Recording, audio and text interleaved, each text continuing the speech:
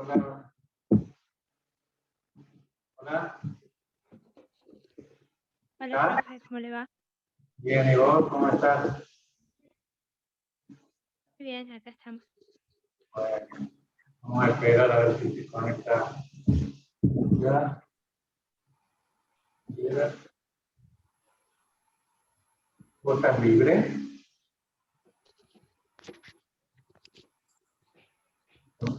Hola. Hola, profe. Hola, ¿cómo estás?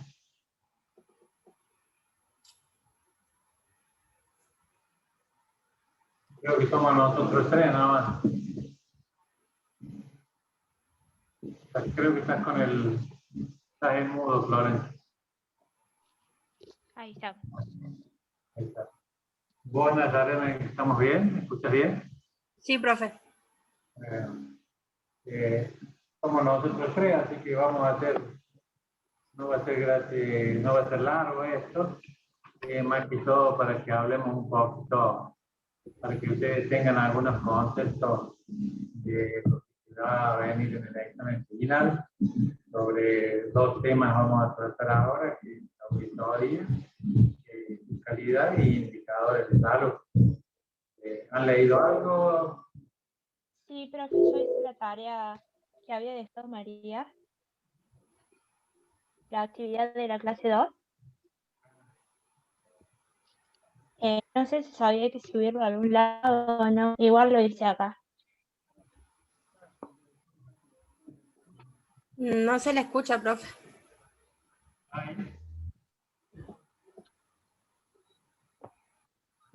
¿Escucha o no se escucha? ¿Me escuchás vos, Nazaret? Ahora sí está Se vale. escucha como muy lejos. Ahora sí. Va, yo escucho como que muy lejos. ¿Me escuchás? ¿Me escuchás o no? ¿Me escuchás? Ahí sí. Bueno. La idea es que hagamos un repaso de estos temas para aclararle a ustedes algunas dudas y charlar un poquito sobre los temas fundamentales para que ustedes en el examen final estén un poquito más enfocadas sobre lo que podemos llegar a tomar. Porque si uno mira los PowerPoint son largos, extensos y a veces poco claros. Y más en estas circunstancias virtuales donde se hace difícil a veces poder charlar sobre temas particulares. Si a ustedes les parece, vamos a charlar sobre los temas, hacer algo más ameno que una clase. ¿De acuerdo? Bien. Sí, sí. Vamos a empezar. Si les parece, ustedes saben que la salud es un proceso nosotros ponemos en una punta la salud, en el otro la enfermedad. ¿Qué entienden por proceso, salud, enfermedad? ¿Qué entienden por proceso? ¿Qué es un proceso?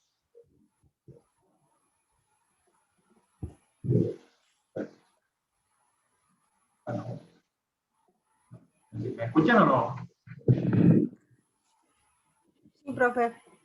Yo sí. Cuando yo digo, no te fijes en los apuntes, nada, porque esto va a ser más que todo una charla acá. No, no hay clasificación, no hay nada. Sino yo quiero que de esta charla ustedes saquen cosas que casi seguro que le vamos a preguntar en el examen.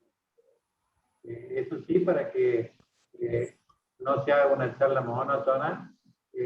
Hay cosas que en toda charla uno quiere que le quede el concepto de algunas cosas que son las que ustedes deberían saber para aprobar el examen. Esta es una materia que a veces es media complicada porque no la usamos en la vida cotidiana en nuestra profesión. ¿Qué están estudiando? Enfermería. Yo enfermería. ¿Vos, Florencia? ¿Estamos, Florencia? Bueno, Florencia. Creo que se le fue la señal a internet. Bueno, mira, vos con enfermería, quizás que no uses muchas cosas de lo que podamos llegar a charlar en salud pública, pero alguna vez te va a tocar hablar de indicadores de salud o te van a decir el indicador tal, entonces vos tenés, ahí está, está sin señal. Entonces, cuando hablemos de indicadores, tenemos que saber más o menos qué son. Cuando yo les decía que un proceso de salud o enfermedad son todas las cosas que influyen tanto positiva o negativamente para que un acontecimiento se produzca. Cuando yo hablo de salud, enfermedad, hay un montón de cosas que van aconteciendo para que eso pase. Cosas médicas que van a hacer que yo me enferme o no me enferme, cosas geográficas que van a hacer que yo me enferme o no me enferme, sociales, culturales, geográficas. Entonces, a ver, para que esto sea más o menos ameno, ¿qué cosas a ustedes les parece que pueden influenciar en el proceso salud-enfermedad del término médico o del término salud? ¿Qué cosas pueden hacer que una persona sea más sana o más enferma? Tener acceso al sistema de salud, vacunas, educación. Perfecto. ¿Qué otras cosas más? Las prevenciones. ¿Qué? Prevenciones. Bien. Alimentación, todas esas cosas. Todo lo que haga sería. No sé si ustedes vieron el video de la última jornada que tuvimos el año pasado. ¿Vieron un videíto que pasamos? Desde chico que va en moto. ¿Se acuerdan? ¿Sí? ¿Se acordaron? No. Yo no, profe. Bueno, es un videíto que está interesante porque cuenta la historia de un chico que va en moto en un pueblo y se cae, se golpea la cabeza, de ese accidente va a una unidad sanitaria en el pueblo, lo derivan a un hospital regional, de ahí a un hospital más grande y cuando llega, está grave, lo operan y se muere. Y después ponemos el caso de un chico que le pasa lo mismo en la ciudad, con un acceso a un centro de salud. Entonces, cuando hablamos de salud, enfermedad, vemos que hay un montón de variables. Las rutas, los caminos, la lejanía, la cercanía, las obras sociales, la accesibilidad, son todos factores que hacen que nosotros tengamos la posibilidad de tener mayor o menor salud. Todas esas cosas, si ustedes se ponen a ver, desde la educación, la cuestión de la ruta, el acceso a la salud, son todas variables que tenemos que medir. ¿Y cómo la medimos? A través de qué. Con los indicadores, digamos, la mortalidad sería uno. ¿Qué para un indicador? Son estas cositas, son lo que vamos a hablar hoy y lo que le vamos a preguntar en el examen final. Son preguntas así simples, concretas, que nosotros creemos que es necesario que las sepan, no de forma así de memoria, pero que tengan más o menos el concepto de qué es lo que es un indicador. ¿Me escuchamos, Florencia, o no? Sí, pero te escucho bien. ¿Qué pasó? Ah, no hay problema. Más o menos tienen idea de qué es un indicador.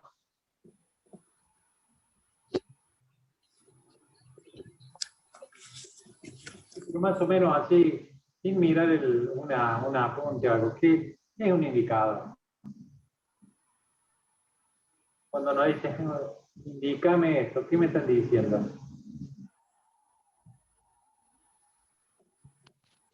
Me están señalando algo. Información, Claro, revelan alguna información sobre algo. exactamente.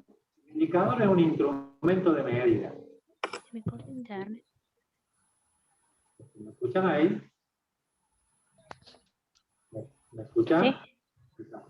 El indicador es un instrumento de medida que sirve para valorar acontecimientos de cualquier tipo, de lo que ustedes quieran. Un indicador sirve para eso, para medir algo, para ver cómo funciona, para ver si hay errores, cómo lo corregimos.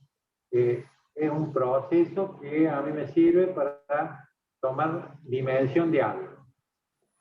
Eso es un indicador.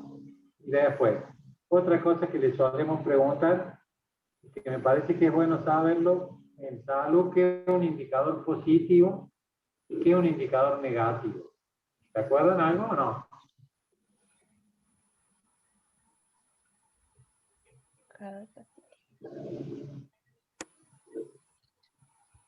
Yo cuando hablo de un indicador positivo en salud, ¿qué les parece? ¿Qué puede ser?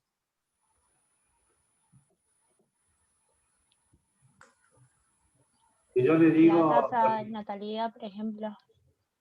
puede ser, si yo le digo, por ejemplo, que población vacunada, ¿ese es un indicador positivo o negativo? Positivo. Positivo. Si yo le digo una tasa de mortalidad neonatal, Es un indicador negativo. todo lo que esté relacionado al bienestar de la salud son indicadores positivos. Y todo lo que a la vez alteran o empeoran la salud son indicadores negativos. Por ejemplo, si yo digo abandono de tratamiento tuberculósico, ese es un indicador negativo en salud. Entonces, siempre hay que saber que hay indicadores positivos e indicadores negativos. Y cuando nosotros hablamos de qué sería, qué debería ser un indicador, ¿no? ¿Cómo debería ser? Para que yo lo entienda, ¿cómo debería ser un indicador? ¿Se acuerdan de eso, los requisitos de los indicadores?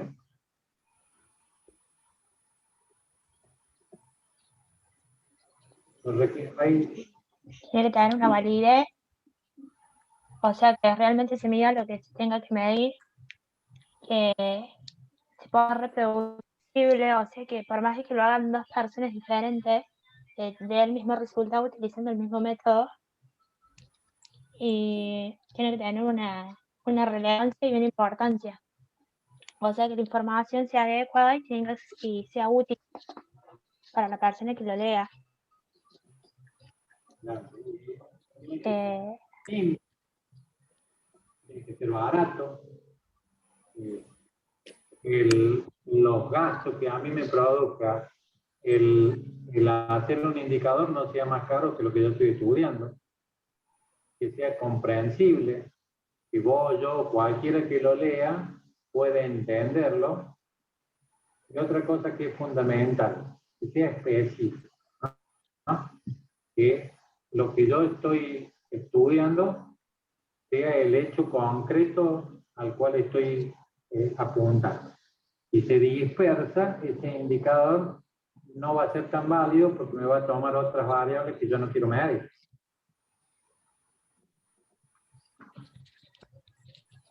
¿Está claro más o menos eso?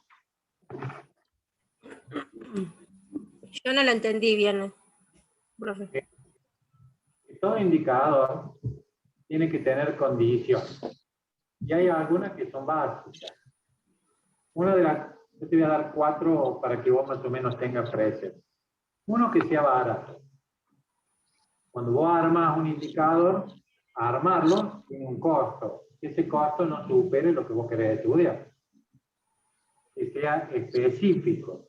¿Qué quiere decir específico? Que estudie el fenómeno al cual yo estoy buscando. No se disperse. Que sea a su vez comprensible para todo el mundo. Porque si lo agarras vos, si yo voy a estudiar índice de mortalidad, que vos, yo, Florencia, todos lo entendamos y no sea complejo a que tenga demasiadas cosas porque no lo comprendamos. Cuando un indicador se vuelve complejo, deja de ser tan bueno. Porque una de las características es que todos lo debemos comprender de la misma forma. ¿Está claro? Sí. ¿De dónde saco yo los datos para que buscar un indicador? ¿De qué lugar puedo sacar datos?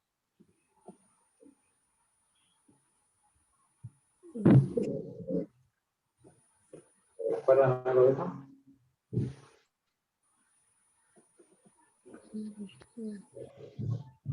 Los datos, ¿Puede ser primero, los registros médicos y todo eso? registro de historia clínica. Claro. Sí. Este es un lugar de datos. El más común de todos, ¿cuál cree que puede ser el lugar donde podemos conseguir más información?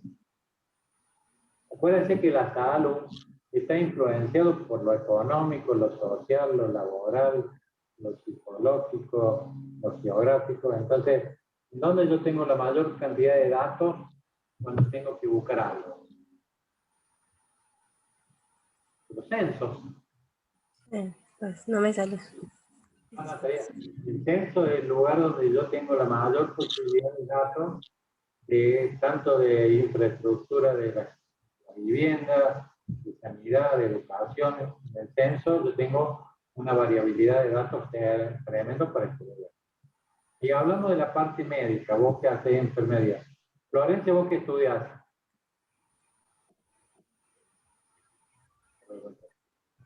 La enfermería puse igual, profe. Enfermería, claro. Si yo queremos hacer unos indicadores de enfermería, ¿en dónde lo buscaríamos?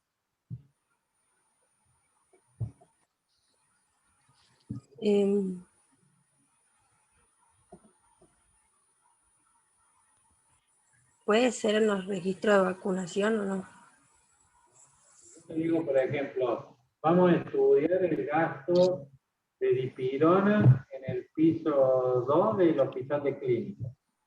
¿De dónde podemos sacar esa información?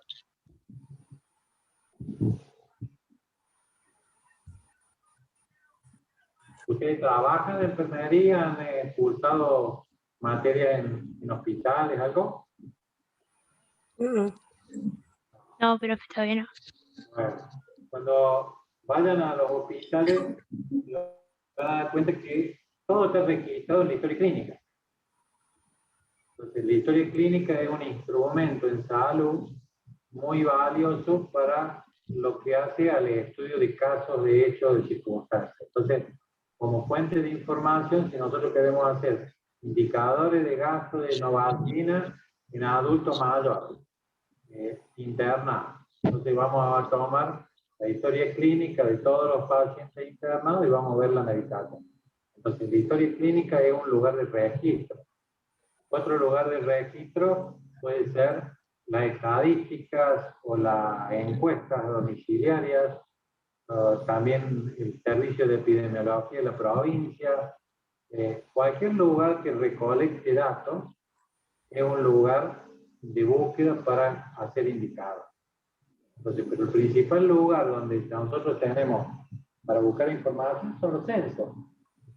Esa es una pregunta que solemos hacer a veces en los parciales. ¿De dónde sacamos los datos para los indicadores?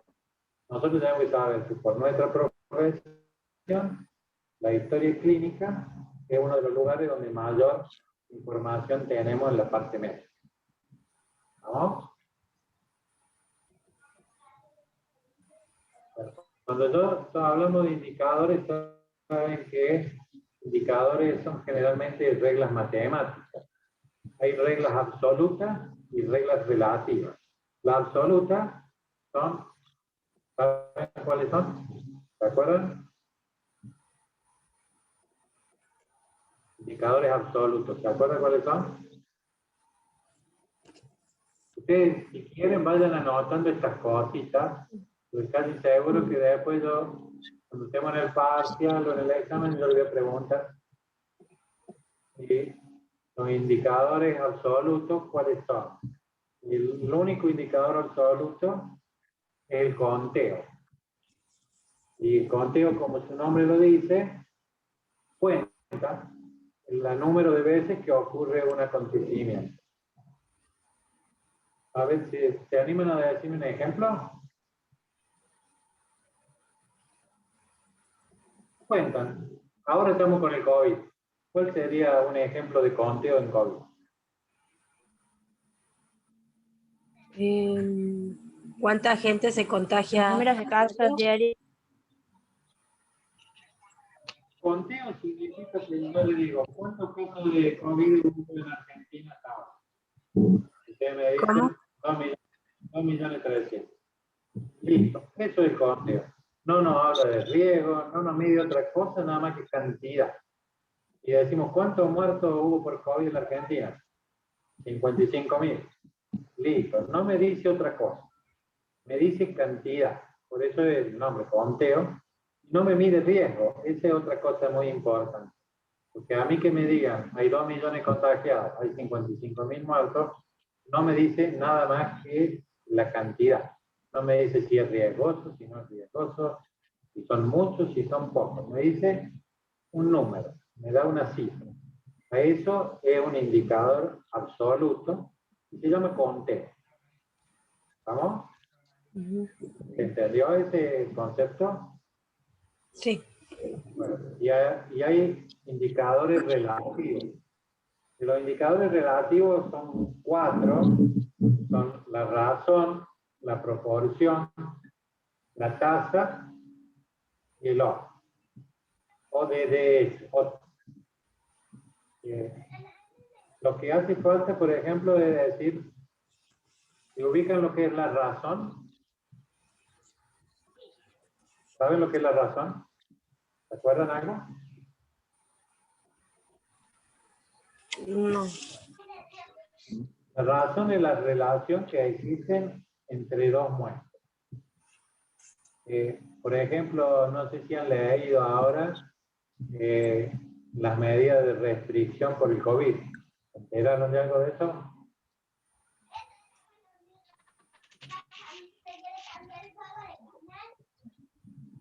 Se dice que ¿Cómo, profe? No se escuchó bien.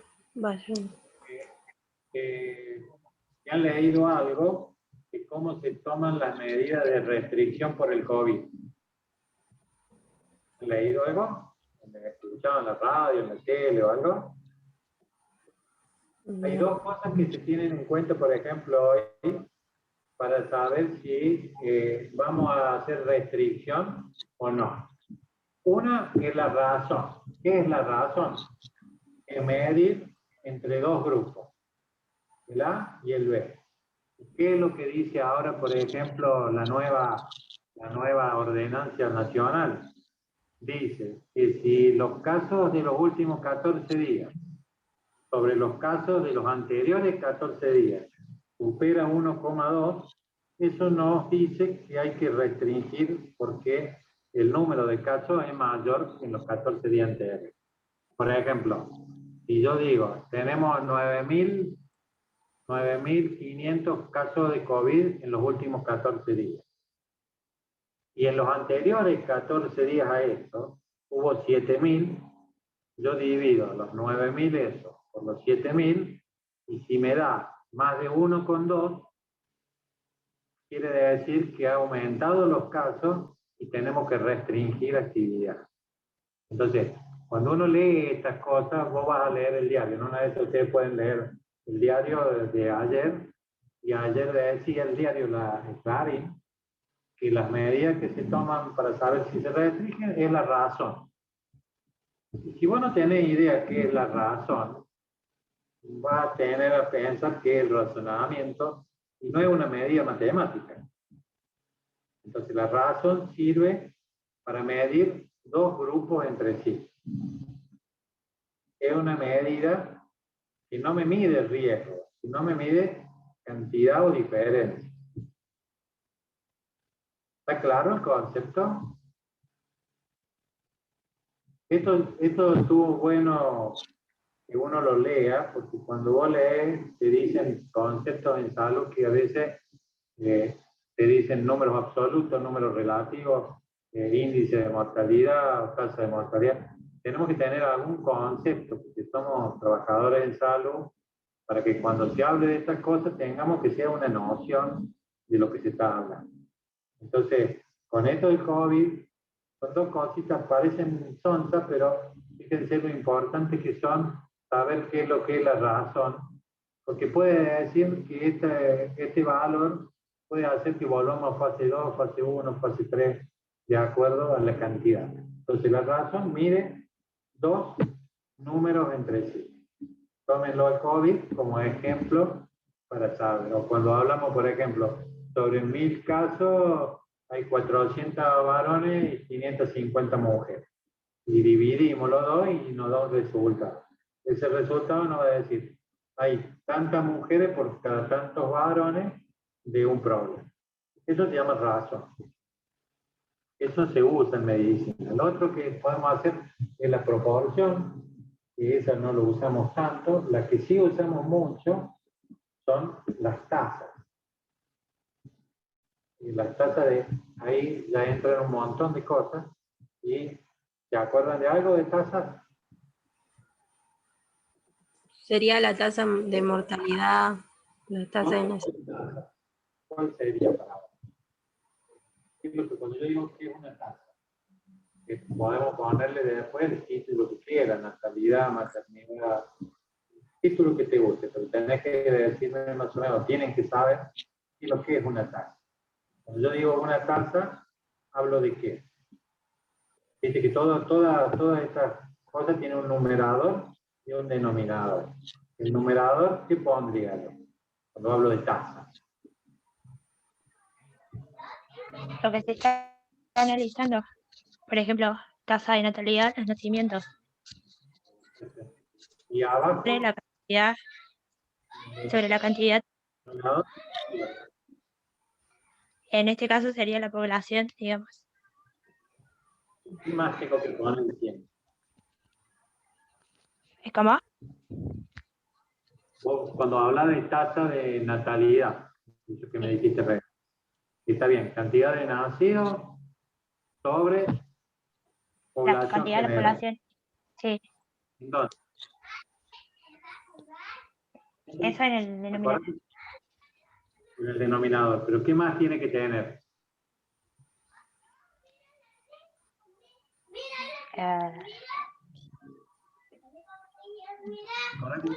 Siempre tiene que tener un lugar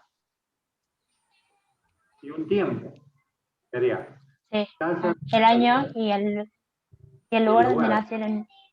Claro, tenés que poner, por ejemplo, Córdoba, año 2020. Sí. Entonces, siempre una de las cosas que tiene que tener la tasa es eso, lugar y tiempo.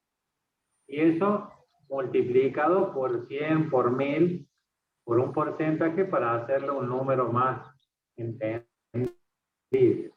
Y esto que tiene la tasa de particular que nos sirve a nosotros en salud. ¿Se acuerdan por qué? Decíamos que la razón que mide dos diferencias, no nos habla de riesgo. En cambio, la tasa nos habla de riesgo. Esto es una gran diferencia. Entonces, si yo les digo, por ejemplo, ahí, agarren un lápiz, y se murieron 55.000 personas de COVID sobre una población de 45 millones de personas, desde marzo a marzo de un año del 2020 al 2021. ¿Sacarían la tasa de mortalidad por COVID? ¿Cuánto le daría?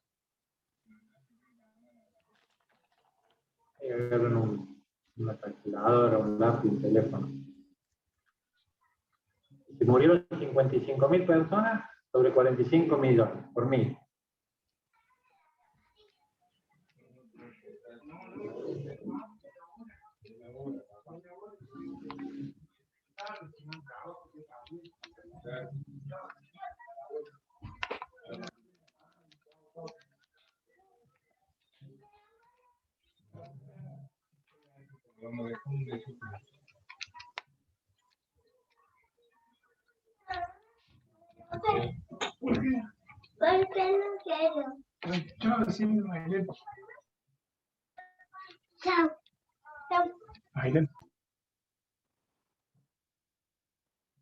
¿Cuánto le da? ¿Tenés mudo? ¿El 1,2 puede ser? Es. No, 0,2. Que por 1000. Ah, por 1000. Está bien, pero eso nos habla, eso que nos dice, el 0,12 de la población de Argentina falleció por COVID. Entonces eso nos habla de un riesgo. Nos dice que el 0,12% de nuestra población puede enfermarse y morirse por COVID. ¿Se dan cuenta? Bueno, otra, por ejemplo, las tasas siempre tienen que ser, pueden ser brutas. ¿Qué quiere decir brutas? Que no se ponen diferencias si es de sexo, edad, lugar no, de sexo o edad. Esas son tasas brutas. Y tasas específicas son cuando nosotros especificamos algo más. Por ejemplo, tasa de mortalidad por tuberculosis, o tasa de mortalidad neonatal, o tasa de mortalidad infantil. Ahí ya son todas modificadas.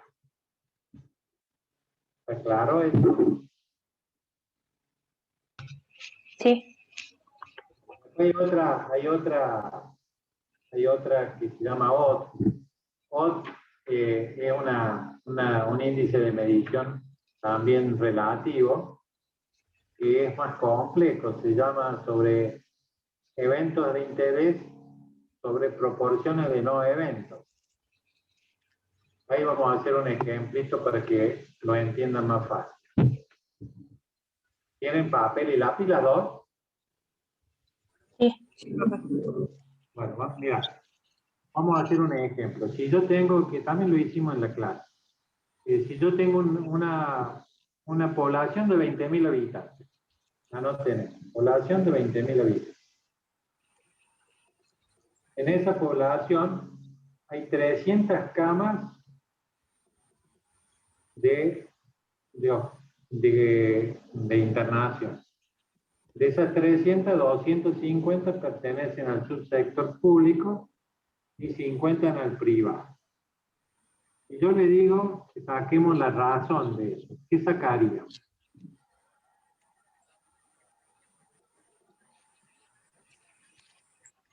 ¿50 en el privado?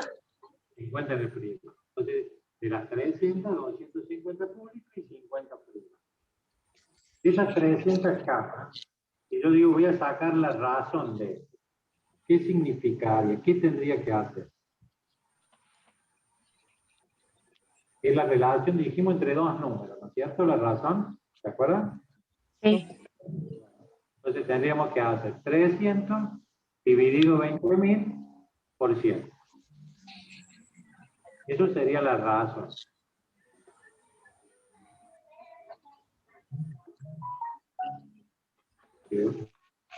¿Más o menos se ubican? 1,5. será 1,5 ¿qué? ¿Qué me dice? 1,5 ¿qué?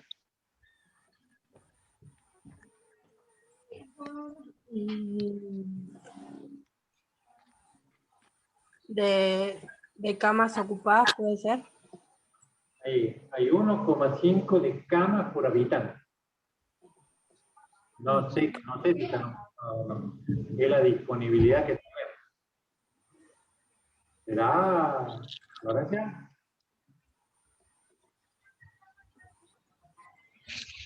¿Será el número? Ahí le digo.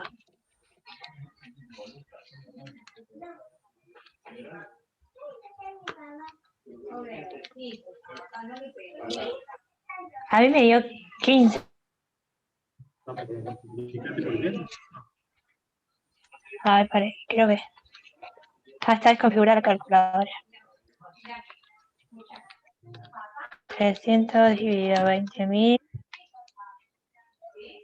por 100. Ahí está, ahora sí. Claro, entonces eso no dice.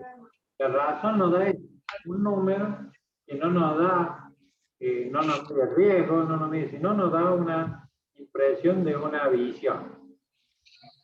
Por eso es cuando hablábamos recién de COVID, que el Estado dice que hay más de 1,2 de razón de COVID en los últimos 14 días, implica que el crecimiento de la enfermedad va en aumento, por lo cual se deben tomar medidas restrictivas. ¿Está? Después, y a este mismo porcentaje yo le quiero sacar la proporción de camas públicas, ¿qué me diría?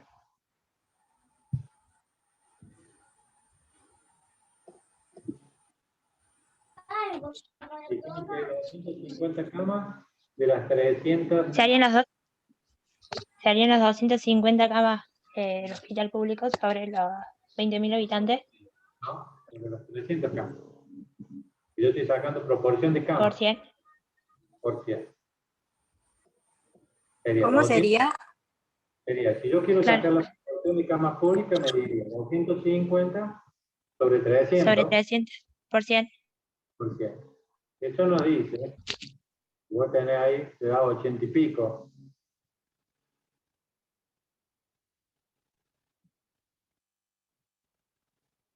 Están mudas las dos. 250. Sí, 83,3. Perfecto. 83,3, ¿qué nos dice?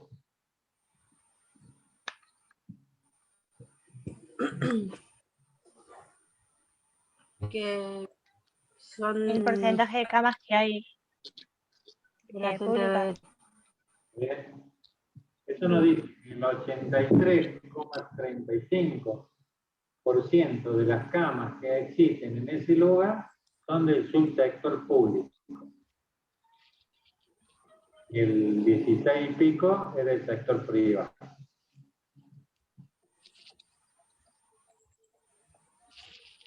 Esto es más o menos. 16,65. Sí. Entonces, yo quiero que les muestro estos ejemplos para que lo hagamos un poquito más real a los números, para que entendamos bien de qué estamos hablando, ¿no? Después hay cosas que nosotros siempre preguntamos, quizás que ustedes rindieron. ¿Ustedes rindieron ya algún parcial, algo no? Yo sí rendí en febrero. ¿Te acordás que te preguntamos incidencia y prevalencia? ¿De acuerdo a lo que era incidencia? ¿No? ¿O Florencia, te acuerdas? No. Es la cantidad. Es la cantidad de casos nuevos sobre la población de riesgo en un tiempo y en un lugar determinado por 100 o por 1000. Y lo más importante es que no mide riesgo. La prevalencia no mide riesgo. Mide riesgo la incidencia. Esta es la incidencia y la probabilidad que ocurre un evento en un lugar y en un tiempo determinado. Entonces, recién cuando yo les hablaba que el gobierno nacional decía que los dos parámetros que iban a tomar para saber si hacían restricción o no eran la razón y la incidencia.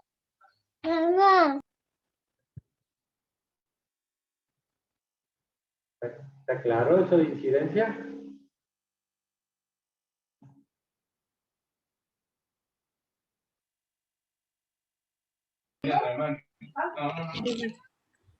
Sería, le puedo dar un ejemplo a ver si lo entendí bien.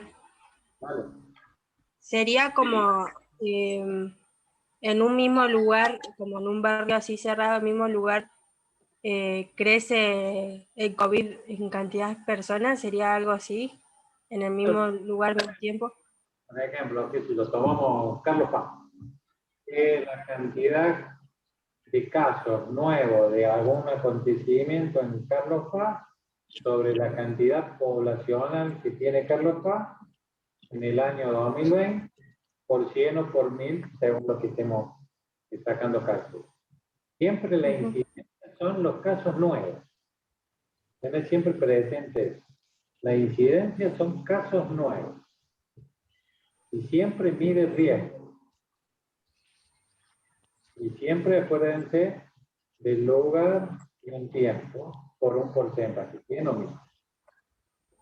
Y la prevalencia es ¿qué?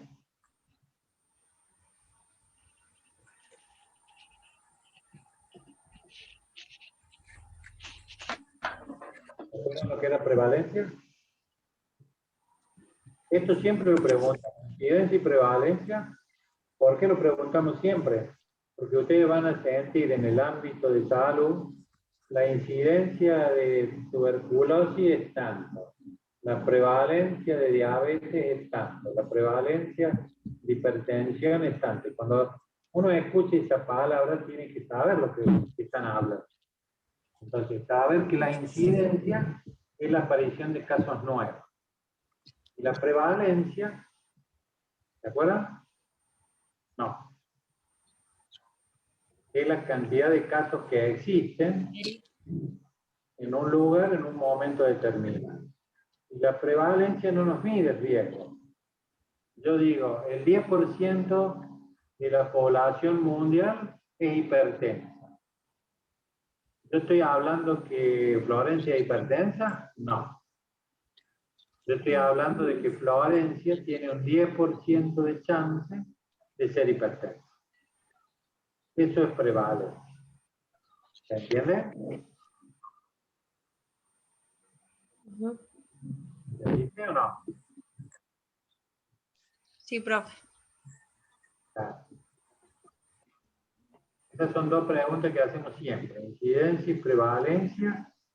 Y lo que sabemos hacer es, siempre son, por ejemplo, aquí llamamos mortalidad infantil. ¿Cuándo es mortalidad infantil? ¿Se acuerdan? ¿A quién corresponde cuando yo hablo de mortalidad infantil? Sería la cantidad de bebés que nacen en el año en un lugar, en un tiempo determinado. ¿No? Es mortalidad infantil. Siempre que digamos infantil, acuérdense que es menos de un año. Cuando hablamos de neonato, es menos de un mes. Cuando hablamos de mortalidad materna, ¿se acuerda quién era? ¿A quién nos referimos cuando hablamos de mortalidad materna? las madres. Sí, no, la madre seguro. Pero ¿quién? ¿Desde qué época? ¿A qué época? Es durante el embarazo. En el parto. El parto y el puerperio hasta 45 días. Y 40 días. Sí. Bien. Entonces, eso llamamos mortalidad materna. ¿Y sobre qué lo medimos? Yo digo, la mortalidad materna fue, qué sé yo, el 1 por 1000. ¿Sobre qué lo miro?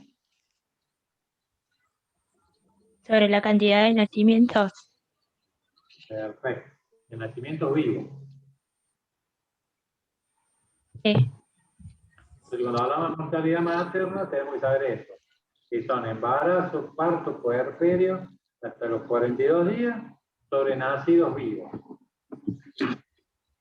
Y después hay otra que siempre es bueno saberlo, es la mortalidad por enfermedades inmunoprevenibles. ¿Se acuerdan que hace un año atrás se habló del rebrote de sarampión? ¿Se acuerdan que salieron los diarios, los teles? Bueno, el sarampión Sí. es una enfermedad inmunoprevenible. ¿Por qué? Porque hay vacunas y teóricamente si estaríamos vacunados nadie se debería morir de sarampión. Entonces son la cantidad de muertos que ha habido por enfermedades inmunoprevenibles sobre el total de nacimientos por año.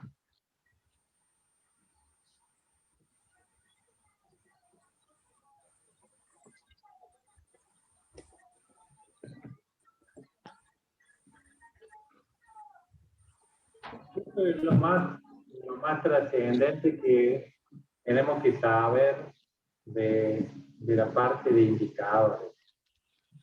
Que sepan esto, ya con esto solos ya les va a ir bien en el examen y les va a servir a la vida cotidiana.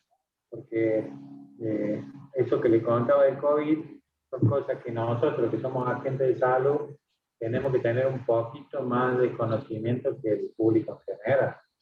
Si vos vas a una reunión, tu papá, tu mamá, tus hermanos, siempre te van a preguntar algo de salud por ser vos un agente de salud. Entonces, cuando hablamos, que vos hables en términos correctos, que alguien va a decir, leí que la incidencia, ¿qué diablo puede ser? Entonces, vos tenés que tener esos conceptos de la vida médica, ¿no? No hace falta ser científico para saber eso. ¿Está claro hasta ahí cómo vamos? Sí, profe. Ahora vamos a dar un repaso chiquito a auditoría, que es el otro tema que nos concita hoy, pero me parece que es mucho más importante el tema indicadores y tasas este otro. Este otro va dentro de la currícula, pero el otro tema es a veces más importante para la vida cotidiana nuestra en la profesión. ¿Ustedes saben qué significa auditar? Auditoría.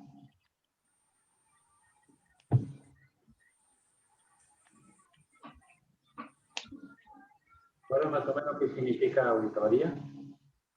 Auditoría se puede hacer de todo, ¿no? No solamente médico.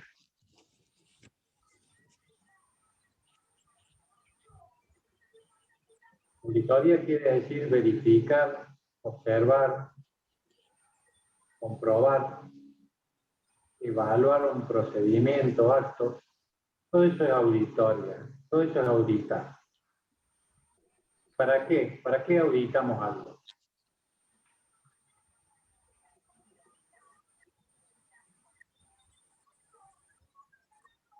Si yo quiero auditar alguna cosa, pongan ustedes algo, díganme qué les gustaría. Auditar significa que nosotros estudiemos y veamos qué se está haciendo sobre algo.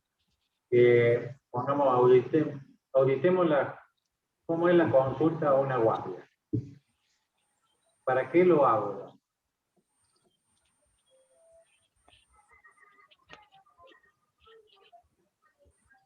Para saber todo respecto a eso, en este caso sería la eficiencia, la rapidez con la que atienden, la solución al problema. Yo audito, la auditoría tiene pasos, después lo vamos a charlar, pero yo me tengo que auditar, voy a ver, primero voy a tomar conocimiento de lo que voy a auditar, después voy a verificar los datos que estoy auditando, quiere decir que tengo que recolectar datos, Después los tengo que analizar a esos datos. Diseñar un plan de estudios. ¿Cómo voy a implementar esos cambios? Sugerirlo a la persona que me contrató para auditar, o a la persona que me encargó la auditoría, y ver que se cumplan estos planes propuestos. Esto es un círculo, la auditoría, que hace que uno diseñe, evalúa, ve, hace programas y da información para que se mejore. ¿Con qué objetivo? ¿Cuál es el objetivo final de una auditoría? Si vos auditamos la atención en la guardia, ¿con qué objetivo lo hacemos? Para mejorarla, Para mejorar. ¿Qué significa eso, auditoría? ¿Cómo lo nos llaman? ¿Mejorar qué? la atención en la guardia. Calidad. Toda la auditoría siempre tiene como objetivo mejorar la calidad. Entonces, todo lo que ustedes quieran auditar es para mejorar la calidad. ¿Quién puede auditar? ¿Han leído algo de esto o nada? ¿Quién puede hacer auditoría? ¿Quién puede hacer auditoría en salud? Planificar. No, está bien, pero ¿quién la puede hacer? ¿Qué persona la puede hacer?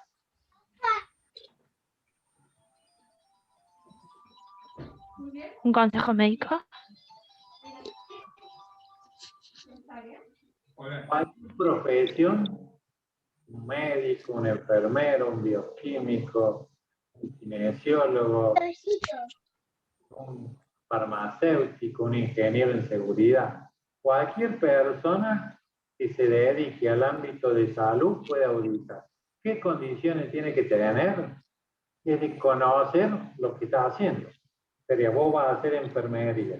Si yo te pongo a auditar el consultorio de kinesiología, y no vas a estar preparada para hacerlo. Y vas a estar preparada para auditar el departamento de enfermería o actividades concernientes a lo que vos sepas. Siempre el auditor tiene que saber el tema que va a auditar. No se puede auditar algo que uno no conoce. Yo no puedo auditar enfermería si no tengo conceptos básicos de lo que es la enfermería.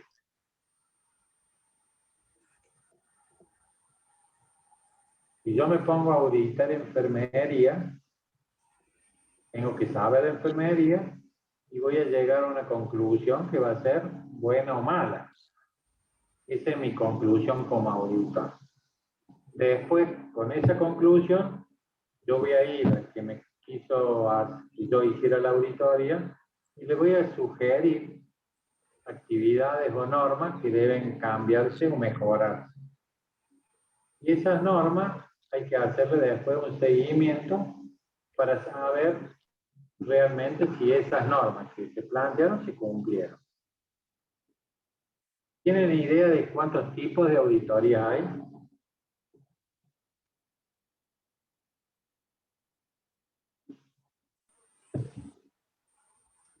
Si yo le digo auditoría externa, ¿quién la hace? ¿Qué significa auditoría externa para ustedes? Digan lo que piensan, total, está bueno que si no la sabemos la corrijan.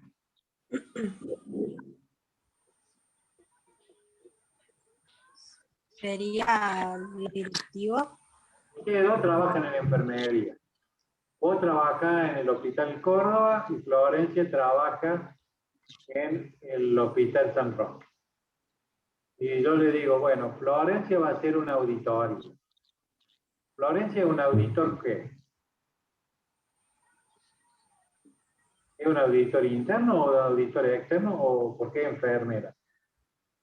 ¿Qué es lo que significa? ¿Qué sería Florencia? Si yo le digo Florencia va a auditar el departamento de enfermería del Hospital San Roque donde trabajamos. Interno sería si trabajo en ese lugar. Externo es cuando es alguien de afuera.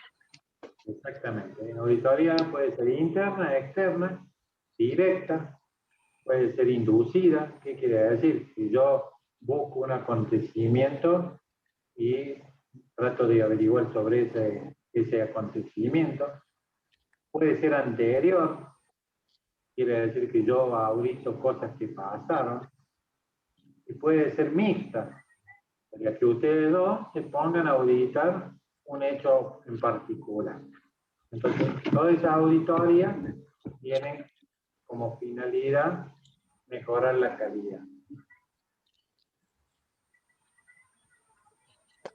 Cuando hablamos de calidad, hay tres conceptos fundamentales de calidad que tenemos que tener en cuenta.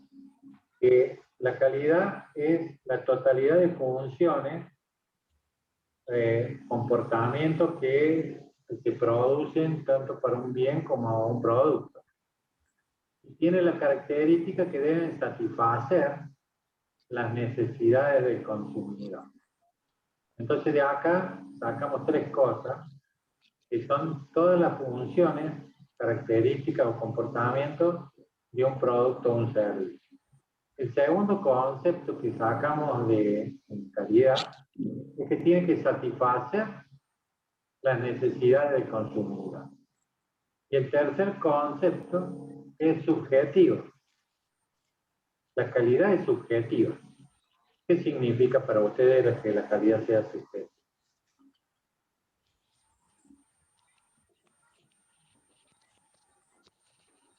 ¿Saben lo que es objetivo y subjetivo?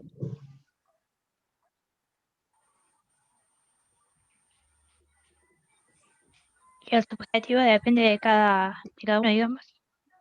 Claro. Subjetivo es que cada Lo uno que le está interpreta. necesitando uno. Quería, para vos en una de esas usar remera negra está buenísimo. Y en una de esas para mí usar remera negra no me gusta. Entonces el gusto sobre la Claro. remera es subjetivo, porque depende de quién recibe el producto o el servicio.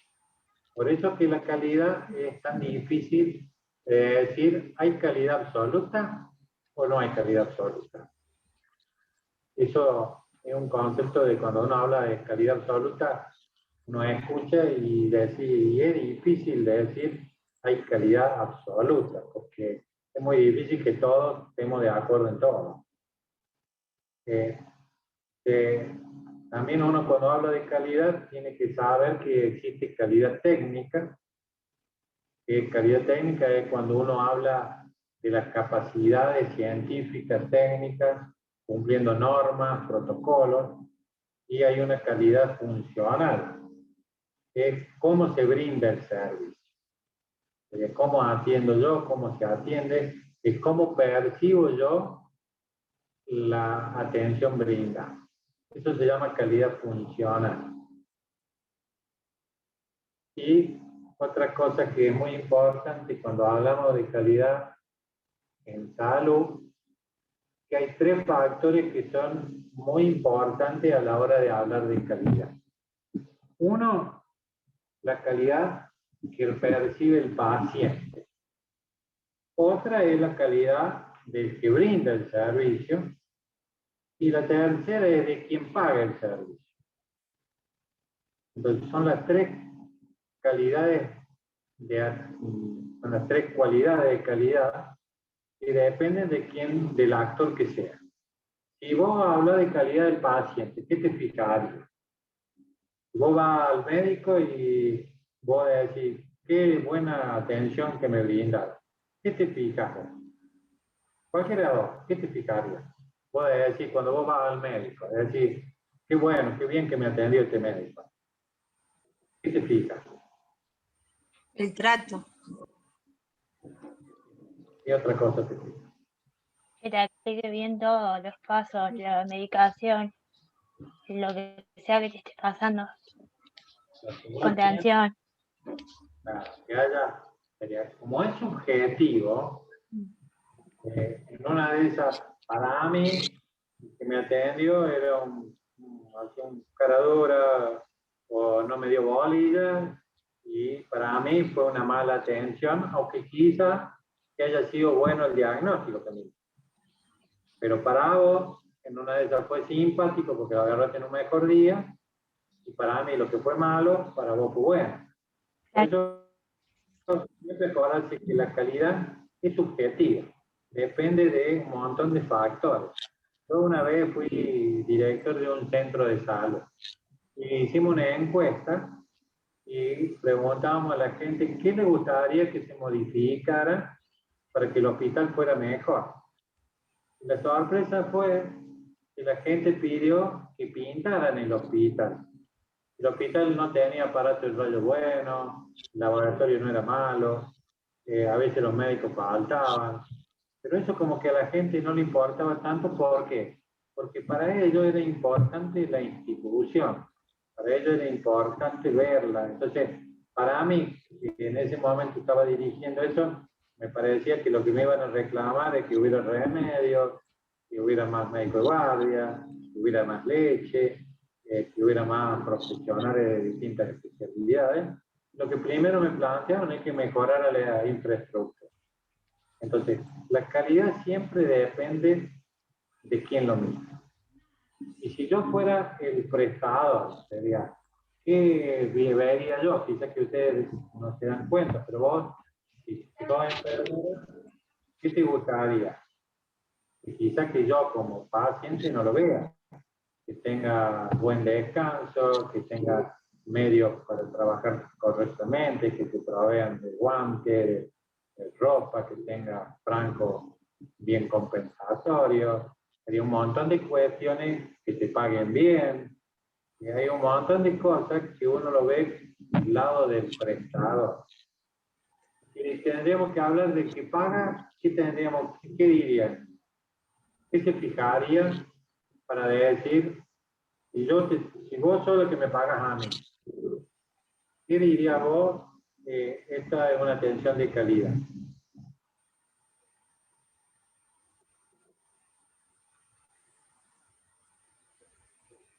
¿Qué se fijan los prestadores? ¿En qué se fijan? ¿Qué es lo que más se fija? El servicio que uno le da. El servicio que uno le da. Claro. El servicio que uno le da, que sea que si yo te pago a vos para que vos me hagas algo, ¿qué me gustaría a mí que fuera? Que sea eficiente. Eficiente y barato. O sea, si yo llamo al electricista, ¿qué busco? Que sea buen electricista y que me cobre poco y que lo haga rápido. Entonces, el pagador siempre busca costo-efectividad. Eso es el principal, que sea costo-efectivo, que gaste lo menos posible y que sea lo mejor posible. Eso sería, entonces, cuando entonces hablamos de calidad, hay que ver los tres aspectos, de quién lo da, quién lo recibe y quién lo paga. Entonces, calidad del paciente, calidad del prestador y calidad del pagador. ¿Vamos? Sí. Bueno. Existen varios tipos de calidad de esto.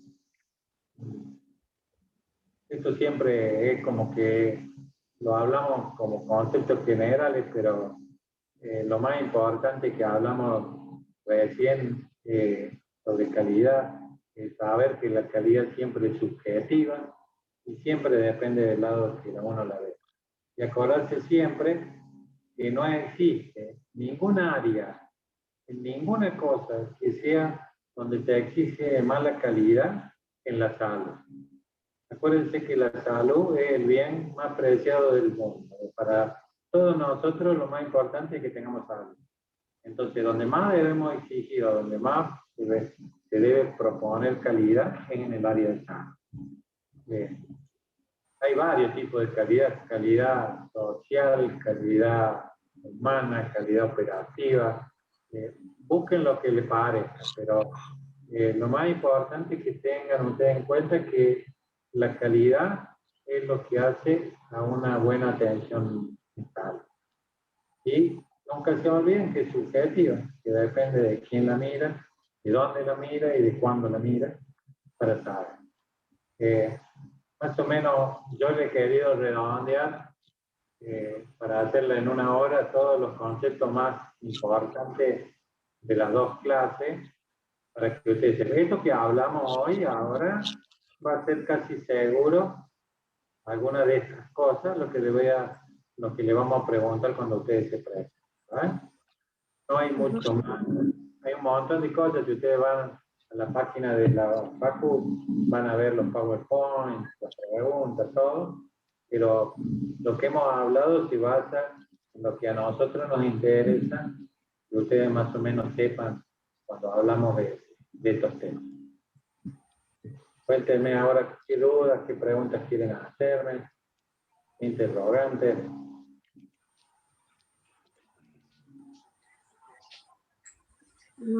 Por mí no, entendí bastante bien todo lo que explicó. Bueno, vos fíjate lo que hablamos, cuando te toque hacer hincapié en estas cosas, ¿eh? Y cuando vayan a rendir, vayan tranquilos, porque nosotros sabemos que esta materia es a veces media complicada, porque no es lo que hacemos todos los días. Pero quizá que no sea de las fundamentales de tu carrera, pero siempre el conocimiento general es bueno. Es bueno saber. Siempre hay un dicho que dice que la única forma de dominación es el saber. Y si sabe, nos domina. Entonces, siempre yo le digo a mi hijo, el que sabe más, domínalo. Si yo hablo con vos de enfermería, seguramente me tengo que callar porque vos vas a saber más que yo. Y en esto es lo mismo, ustedes tienen que saber para estar informados y ser buenos profesionales. Chicas, de mi parte, ya estaría todo. Si tienen alguna duda, lo hago. ¿No? No, Bueno, listo, entonces. Que pasen una feliz Pascua. Y bueno, estamos viendo si Dios quiere pronto porque vamos a tener otra charla de alguna otra materia, de alguna otra cosa. bueno. Bueno, muchas gracias, profe, igualmente. Chao, que anden bien.